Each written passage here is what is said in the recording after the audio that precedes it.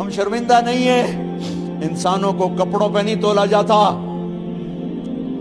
آج کا میرا دیس کا مالدار اتنا فقیر ہو گیا ہے، اتنا چھوٹا ہو گیا ہے کہ وہ اپنا تعارف کروانے کے لیے 50 لاکھ کی گھڑی لیتا ہے، 6 لاکھ کا جوتا لیتا ہے۔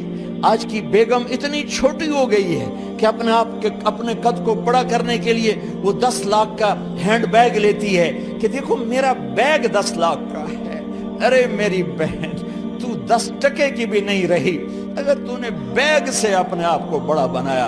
او میرے دوست، تو 2 ٹکے کا نہیں ہے اگر تو 10 لاکھ کے جوتے اور 50 لاکھ کی گھڑی سے اگر تو بڑا بننا چاہتا ہے۔ ارے اس دھوکے سے نکلو۔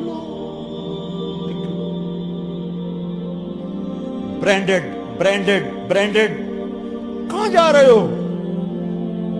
جب تم اپنی ذات میں بے قیمت ہو تو رب ذوالجلال کی قسم، تمہاری گھڑیاں، تمہارے بیگ، تمہاری گاڑیاں، تمہارے بنگلے تمہاری عزت کو بڑھا نہیں سکتے۔ ابا جان، آج ہم خوشی سے بلند ہیں کہ ہمارے باپ نے بددیانتی نہیں کی۔ گھر میں تشریف لائے، کہنے کہ فاطمہ کچھ پیسے ہیں، میرا انگور کھانے کو جی چاہ رہا۔ بس فاطمہ رونے لگی۔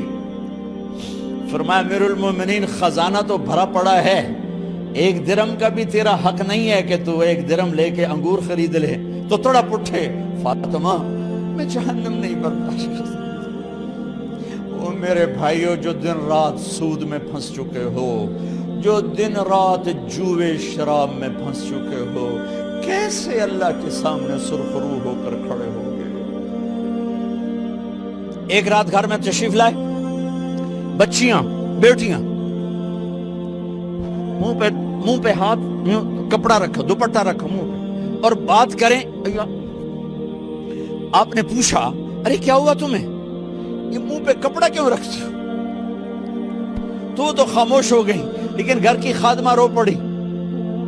کہا امیر المومنین، آج آپ کی بیٹیوں نے کچا پیاز توڑ کے اس سے روٹی کھائی، سالن کھائی، اور میرے آج کا تاجر کہتا ہے جھوٹ نہ بولوں تو کاروبار کیسے؟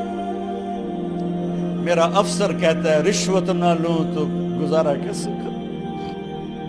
تو عمر بن عبدالعزیز پھس پہ ہچکیوں کے ساتھ روئے کہ میری بچیوں، میں تمہیں بڑے اچھے کھانے کھلا سکتا ہوں پر میں جہنم کی آگ برداشت نہیں کر سکتا۔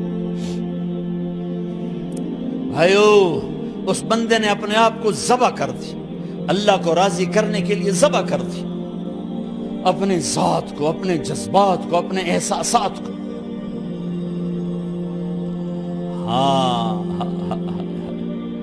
اب اللہ نے صلہ کیا دیا؟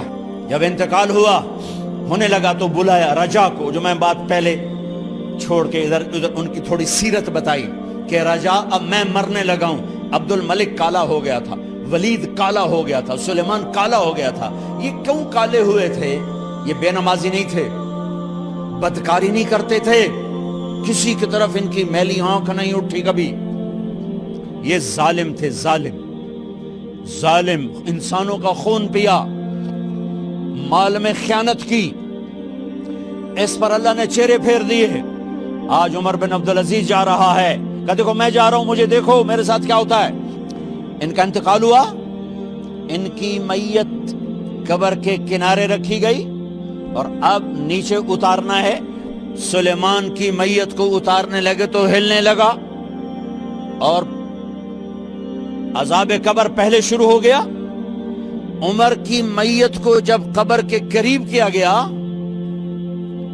ایسے ہوا کا جھونکا آیا، ایک پرچہ ایسے لہراتا ہوا، یوں آیا، یوں آیا، یوں آیا، اور عمر کے سینے پر گر گیا۔ لوگ کٹھے ہو گئے، پرچے کو کھول کے دیکھا گیا تو اس پہ لکھا تھا بسم اللہ الرحمن الرحیم، براءۃ من اللہ لعمر بن عبد العزیز من النار۔